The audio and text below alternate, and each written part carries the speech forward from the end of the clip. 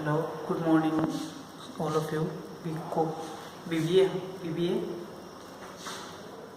Third same जो हमारा subject है फाइनेंशियल मैनेजमेंट, उसकी वीडियो बनाई। हमारा टॉपिक आज का today's topic is financial functions, investment, financing and dividend decision. Financial management में सबसे मोस्ट इम्पोर्टेंट तीनों ही चीज़ होती है। फाइनेंस के जो फंक्शंस है कौन कौन से हैं? फाइनेंस में इन्वेस्टमेंट, फाइनेंसिंग और डिविडेंड डिसीजन। अगर फाइनेंस को पूरा समझना है तो तीन चीज़ों के ऊपर बात करनी होगी। फाइनेंस, कैसे आप पैसा लेकर आएंगे, कहाँ इन्वेस्ट करेंगे, कहाँ कहाँ पर इन्वेस्ट करना है, पैसा कहाँ से लेकर आना है, और उसका डिविडेंड कैसे डिस्ट्रीब्यूट करेंगे, उसके बारे में देखना होगा। तो हमारा आज का टॉपिक ही इन तीनों चीज़ों पर बेस है। फर्स्ट हमारा इन्वेस्टमेंट, फाइनेंसिंग और डिविडेंड डिसीजन। फाइनेंशियल फंक्शंस, ये फाइनेंस के वर्क कैसे करने वाले, फाइनेंस इन्वेस्टमेंट क्या चीज़ होगी, फाइनेंसिंग क्या चीज़ होगी और डिविडेंड डिसीजंस क्या चीज़ होते हैं, उनके बारे में बात करेंगे। तो फर्स्ट हमारी बात आती है कि इन्वेस्टमेंट क्या चीज़ है। जब भी कोई कंपनी कहीं पैसा किसी दूसरी फर्म में या किसी भी इंस्टीट्यूशन में या कोई फर्म में या किसी बिजनेस में पैसा लगाती है, उसे बोलेंगे इन्वेस्टमेंट। इन्वेस्टमेंट में हमारा ऑब्जेक्ट क्या होता है कि हमें मैक्सिमम प्रॉफिट मिले, हम जहाँ पर भी इन्वेस्ट करें वहाँ पर हमें अच्छा खासा रिटर्न मिले।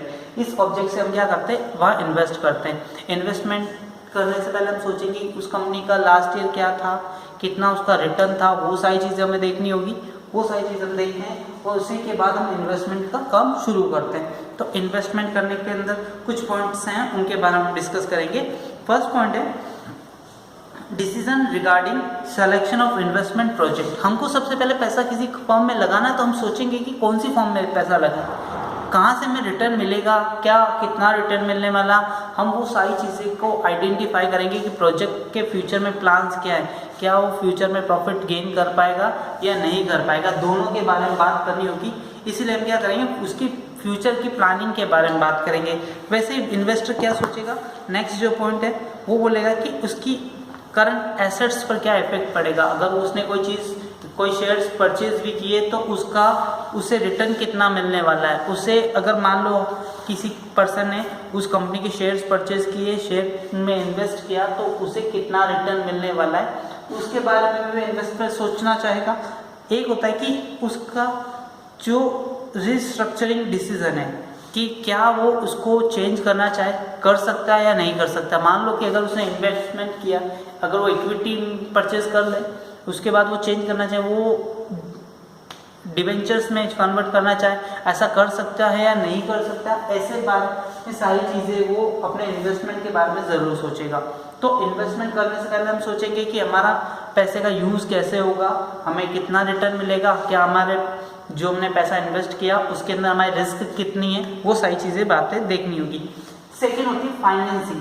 फाइनेंसिंग का मीनिंग हमें पैसा इन्वेस्ट करना, कहाँ इन्वेस्ट करना, कैसे इन्वेस्ट करना है, तो हमें क्या क्या चीज़, कहाँ से पैसा मिलने वाला, उसके बारे में बात करेंगे। तो पहले चीज़ है, अब बिजनेस फाइनेंशियल मैनेजमेंट हम क्या करेंगे कि फाइनेंस फोरकास्टिंग एंड प्लानिंग, हमें पैसा कहाँ से लेकर आना है, कहाँ कहाँ से हमें पैसा मिल सकता है, कौन से सोर्स हमारे लिए चीपेबल होंगे, कौन से हमारी कॉस्ट को रिड्यूस करेंगे, कौन सी हमारी कॉस्ट को बढ़ा देंगे, उसके बारे में हमको देखना होगा। ओके, तो हमको अपनी कॉस्ट को कैसे रिड्यूस करना है, वो सारी चीज़ें देखनी है।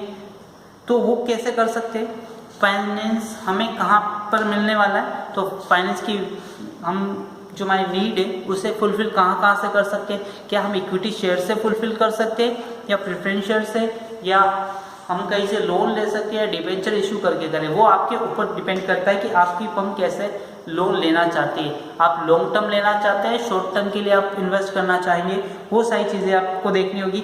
फिर उसके बाद में आपको देखना पड़ेगा आपका कॉम्बिनेशन कैसा बन रहा है, कि आप एक से ही नहीं, आप इक्विटी इशू कर दें या प्रेफरेंस इशू करें या प्रेफरेंस और डिबेंचर इशू कर लें, तीनों चीज़ें इशू करें या कई चारों चीज़ों से ले, इक्विटी से भी ले, प्रेफरेंस शेयर से, डिबेंचर से और लोन भी ले।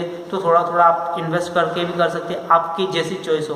तो आप मिला जुला भी कर सकते हैं या आप एक ही साइड से पैसा, इक्विटी और प्रेफरेंस से भी पैसा इकट्ठा कर सकते हैं। ओके, नेक्स्ट होता है फाइनेंशियल कंट्रोल। आपको इसमें याद रखना होगा कि कंट्रोल बहुत इंपॉर्टेंट चीज़ है।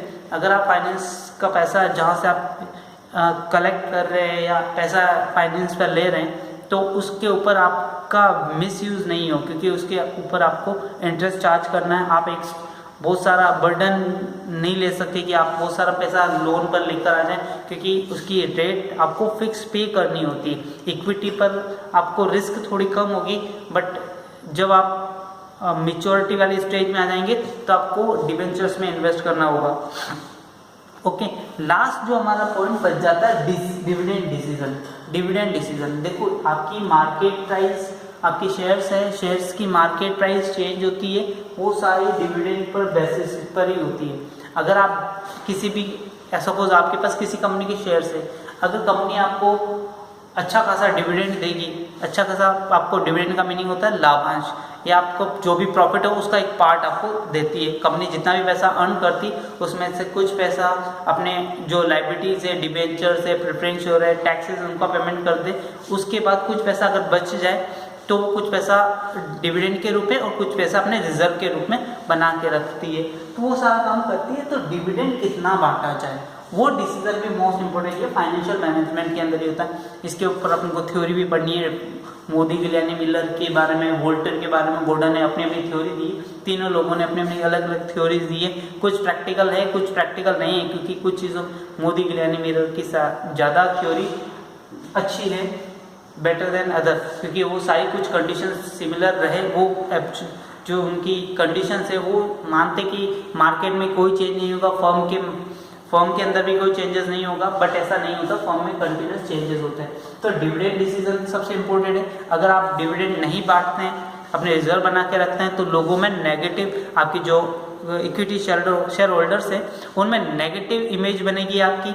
ओके, और अगर आप उनको बहुत सारा प्रॉफिट देते हैं और फ्यूचर में आप फ्यूचर की चीज़ों को रिजर्व बना के नहीं रखते तो भी नेगेटिव इफेक्ट पड़ता। क्योंकि आप सोचिए कि अगर आपने फर्स्ट 2019 में आपने 10,000 डिविडेंड बांटा, 2020 में आपने 10,000 बांटा, तो इट मीन्स 20 से आप अगर थोड़ा नीचे आ गए तो आपकी नेगेटिव इमेज बनेगी। आपने डिविडेंड तो बांटा बट आपने उससे कम बांटा तो भी आपकी, इसीलिए डिविडेंड डिसीजन बहुत इंपॉर्टेंट है। वो आपकी मार्केट की वैल्यू को डिसाइड करता है कि आपकी मार्केट में वैल्यू कितनी बनेगी, वो सारी चीज़ें आपको देखनी होगी। तो डिविडेंड डिसीजन में आपको लेने से पहले सोचना होगा कि आपके पास इनकम कितनी है, कितने आपके रिजर्व्स हैं, आपने कितना अर्न किया और आपको कितना डिविडेंड बांटना है। अगर आपने बहुत ज़्यादा अभी अर्न किया तो आप सारा डिविडेंड नहीं बांटे, उसे थोड़ा रिस्क बना के रखिए, क्योंकि फ्यूचर में अगर आपको कम प्रॉफिट हो तो भी आप अच्छे से डिविडेंड बांट पाएँ। Thank you very much. Next class अब हम ऑनलाइन कल क्लास लेंगे। ओके।